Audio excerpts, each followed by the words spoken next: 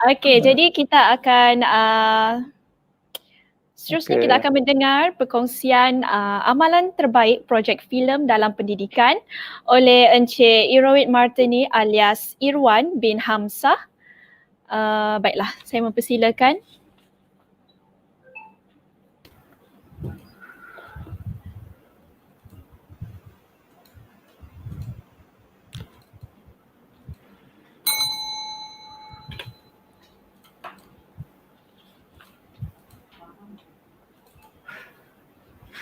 Assalamualaikum warahmatullahi wabarakatuh. Terima kasih kepada Puan Moderator kita pada petang ini, Puan Ain. Terlebih dahulu saya memperkenalkan sekali lagi diri saya. Nama saya Cikgu Irowit Martini daripada SK Tampulan Telipok. Baik, pada petang ini saya akan membentangkan satu amalan terbaik yang kami namakan sebagai projek filem dalam pendidikan. Untuk pengetahuan tuan-tuan dan puan-puan dan para penonton, SK Tampulan Telipok merupakan sebuah sekolah luar bandar yang terletak di Kota Kinabalu dan cukup aktif mengikuti pertandingan festival filem pendek di peringkat negeri, kebangsaan maupun antarabangsa. Tuan-tuan dan puan-puan, setiap inovasi yang dicipta itu saya percaya ianya bermula daripada satu asas permasalahan. Ini yang berlaku pada sekolah kami. Setelah menang, kami tidak mempunyai hala tuju yang jelas. Maksudnya di sini momentum murid itu dari segi kemenjadian terbantut. Sebab tidak ada pelan susulan yang perlu kami ambil untuk memastikan kemahiran, pengetahuan dan pengalaman murid ini sentiasa berkembang. Itulah sebab kenapa projek ini diwujudkan supaya kami mempunyai satu hala yang tuju yang jelas dan memastikan murid-murid mencapai kemenjadian dari segi akademik dan juga pembangunan sosial. Itulah hala tuju yang jelas yang kami cuba sampaikan. Baik, secara amnya, projek filem dalam pendidikan ini merupakan projek yang bermatlamatkan atau berobjektifkan untuk perkembangan bakat, kemahiran murid dan seterusnya memacu aspirasi seni dalam pendidikan. Kalau kita lihat trending sekarang ni, jarang sekali ada mana-mana sekolah yang mengangkat aspirasi seni dalam aspek pendidikan. Sebenarnya ia sudah pun mencapai standard SKPM G2 pada aspek 3.2.2 di mana pengurusan kelab dan persatuan diurus untuk mengukuhkan pembelajaran di bilik darjah, mengembangkan potensi dan memupuk nilai estetika dan sosial yang positif. Okey. Daripada ini tuan-tuan dan puan-puan, apabila kejayaan yang dikecapi oleh SK Tampulan Telipok ini menunjukkan justifikasinya bahawa kita telah berjaya mengurus satu kelab, iaitu kelab video dan fotografi secara sistematik dan terancang. Dan cabaran yang paling utama sepanjang projek ini ialah bagaimana untuk kami mahu mengintegrasikan projek filem pendek ini dimasukkan dalam satu model PDPC dan PDPR. Ini ada cabaran utama bagi kami. Kerana oleh itu kami membentuk satu model aktiviti pengajaran dan pemudacaraan menggunakan filem pendek sebagai satu bahan rangsangan.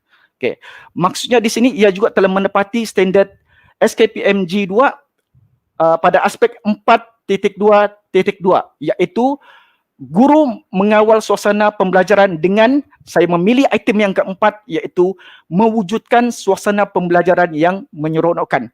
Kerana pada proses projek filem dalam pendidikan ini, murid bukan hanya belajar kepada teori semata-mata, tetapi ianya bersifat hands-on. Secara realiti, murid akan turun ke lapangan utama untuk belajar dan mengambil pengalaman sendiri secara nyata.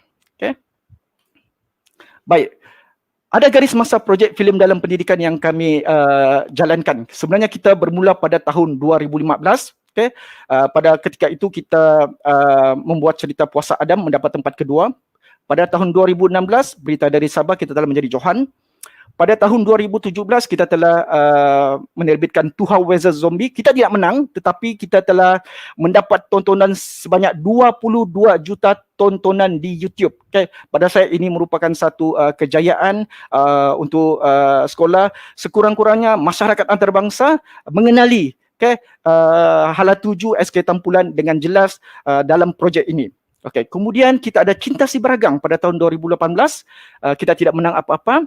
Kemudian pada tahun 2019, pada tahun lalu kita telah membuat satu filem pendek yang kita namakan sebagai Solunsuk dan telah menang di peringkat negeri, kita telah menang di peringkat kebangsaan dan yang paling manis sekali, kita banyak kemenangan di peringkat antarabangsa. Yang baru-baru ini kita menang di Turki dan juga Tokyo. Kemudian pada tahun ini insya-Allah kita akan menerbitkan lagi satu filem pendek yang kita namakan sebagai Legenda Seniman. Okay. Tetapi apa yang saya mau highlight di sini, apa yang saya nak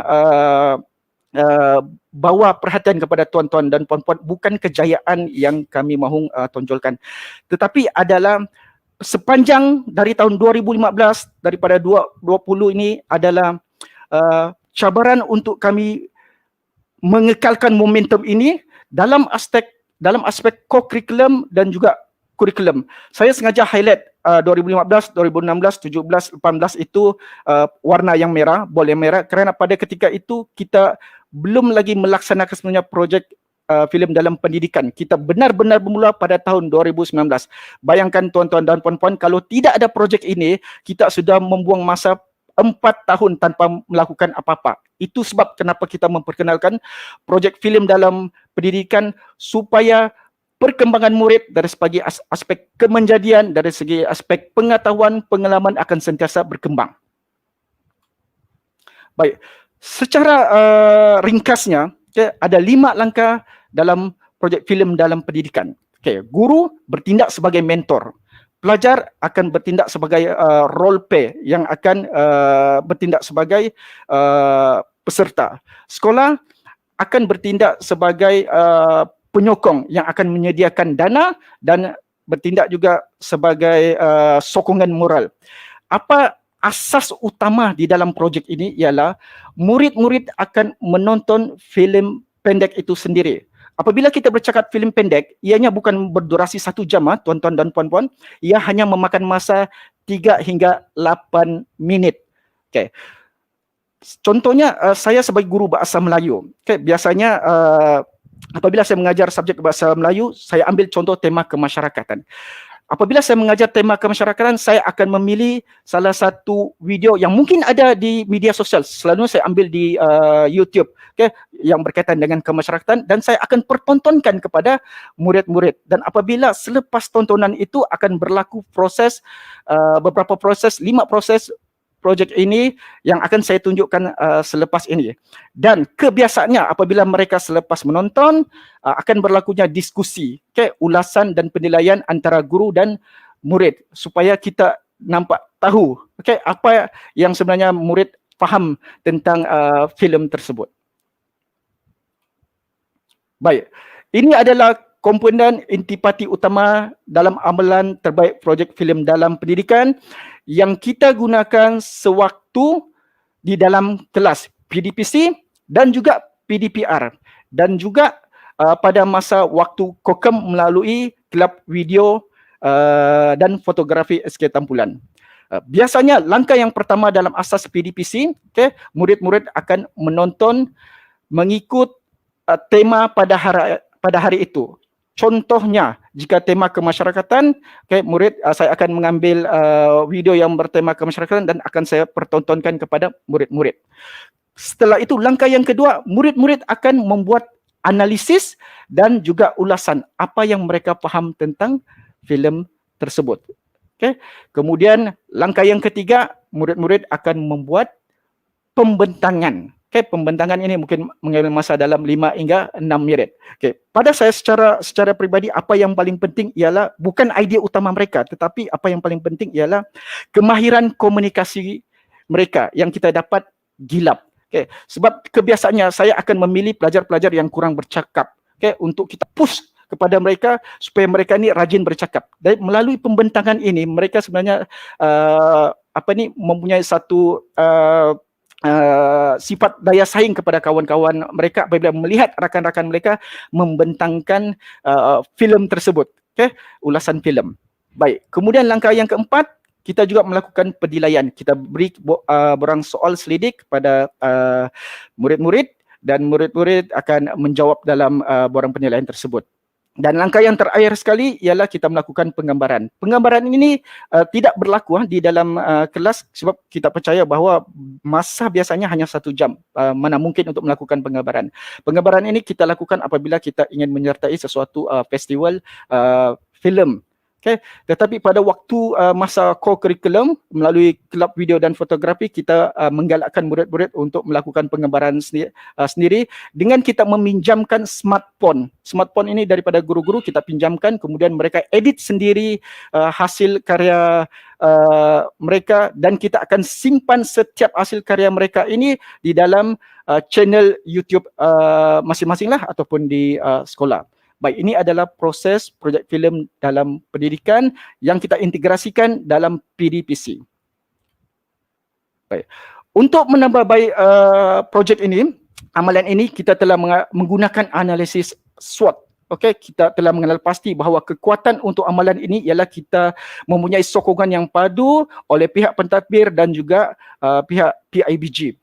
Kelemahan yang kita perolehi ialah kami kekurangan audio dan video yang berkualiti sebab untuk menghasilkan sesuatu filem kita mempunyai satu hardware ataupun software yang kebiasaannya memakan masa harga yang sangat tinggi. Jadi apabila kita bertanding di peringkat antarabangsa yang menyebabkan kita mengalami kekurangan daripada aspek teknikal.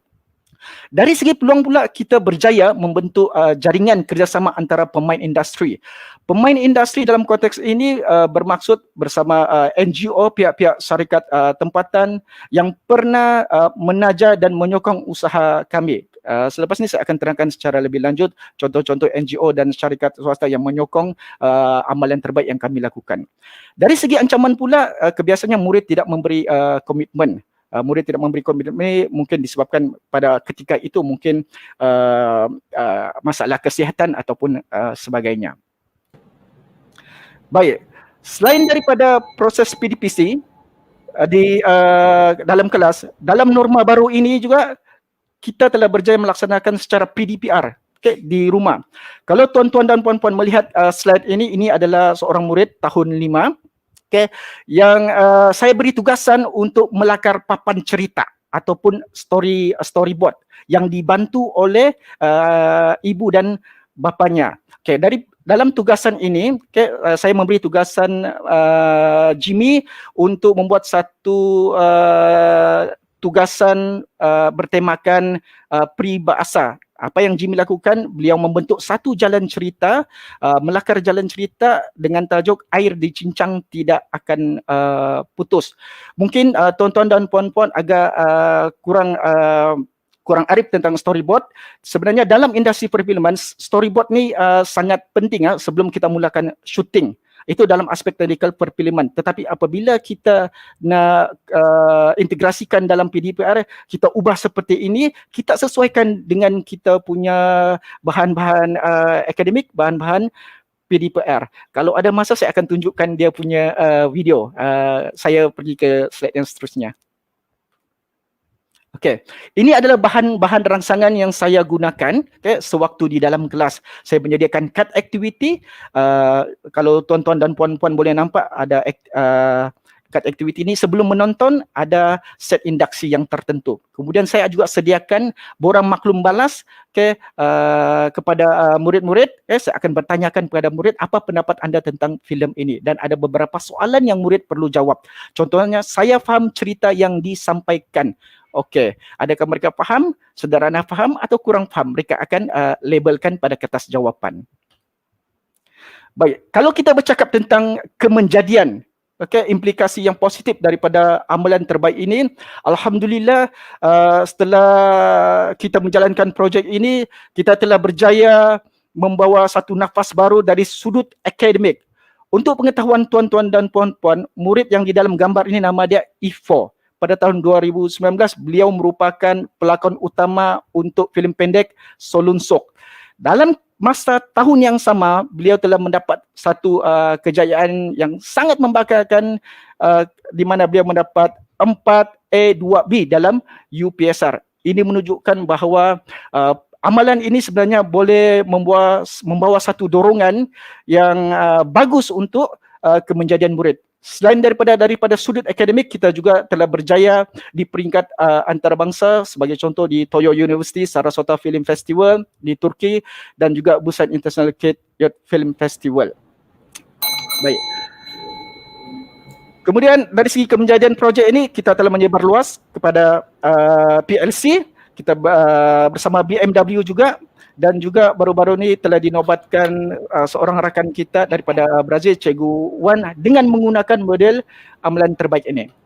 Secara keseluruhannya, apa yang saya boleh katakan bahawa ada 3 komponen yang menjayakan projek filem ini. Yang pertama sekali, kerjasama pintar di antara KPM, PPD, JPN Sekolah dan pemain industri kreatif bersama PIBG, dan yang paling penting sekali, berlakunya keseimbangan antara tuntutan akademik dan pembangunan sosial melalui projek amalan filem dalam pendidikan. Sekian, terima kasih. Saya kembali kepada moderator. Terima kasih Cikgu Iroid. Baiklah, kita akan memberi laluan kepada Tuan Azmi untuk mengajukan soalan kepada Cik Iroid.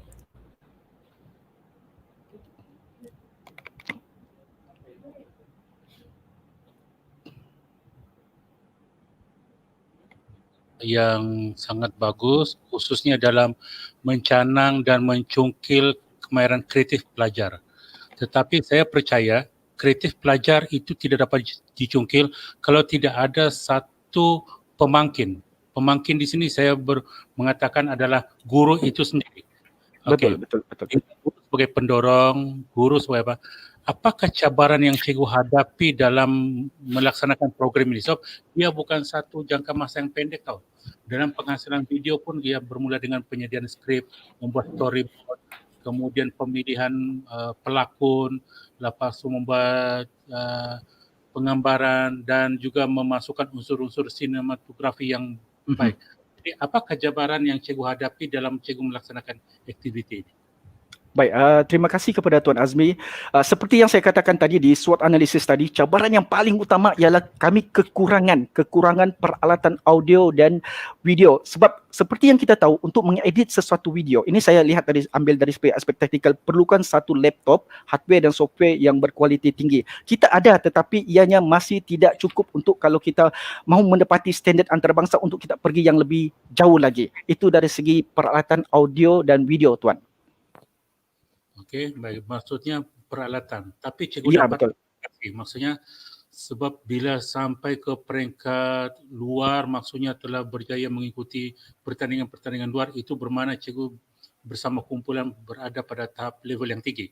Okey, betul, Tuan. Yang kedua, iaitu bagaimana dengan bahan-bahan yang telah dihasilkan itu, apa yang telah apakah digunakan semula ataupun diadaptasi dalam PDPC di sekolah? Okey, setiap hasil kerja murid kita sudah dokumentasikan. Dokumentasi maksudnya kita letakkan dalam satu channel khas di YouTube untuk digunakan oleh guru-guru dan juga rakan-rakan PLC sebagai rujukan mengikut kesesuaian subjek apa yang mereka akan ajar.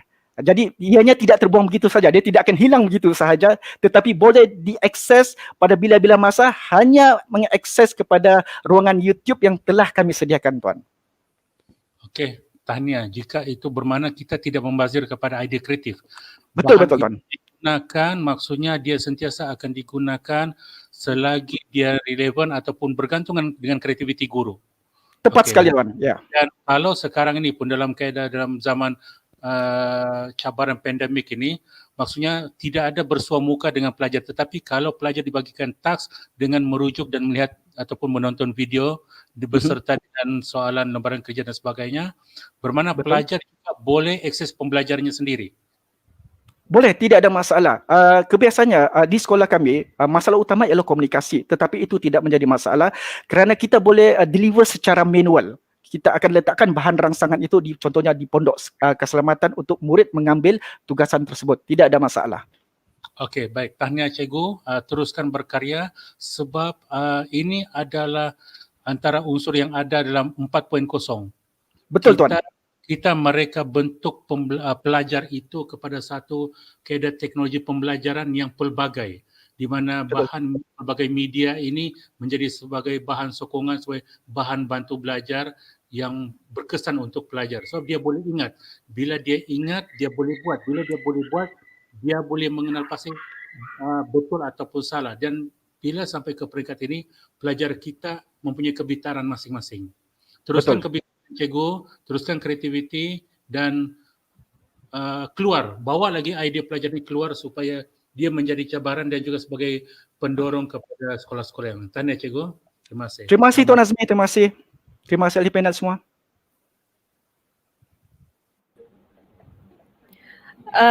Seterusnya saya mempersilakan Tuan Mudin sekiranya ada soalan yang ingin diajukan.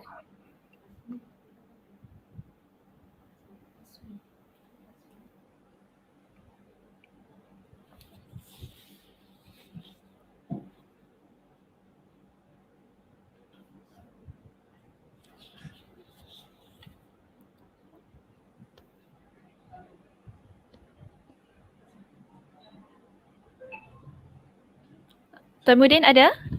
Ada soalan yang ingin diajukan kepada Cikgu Iroid?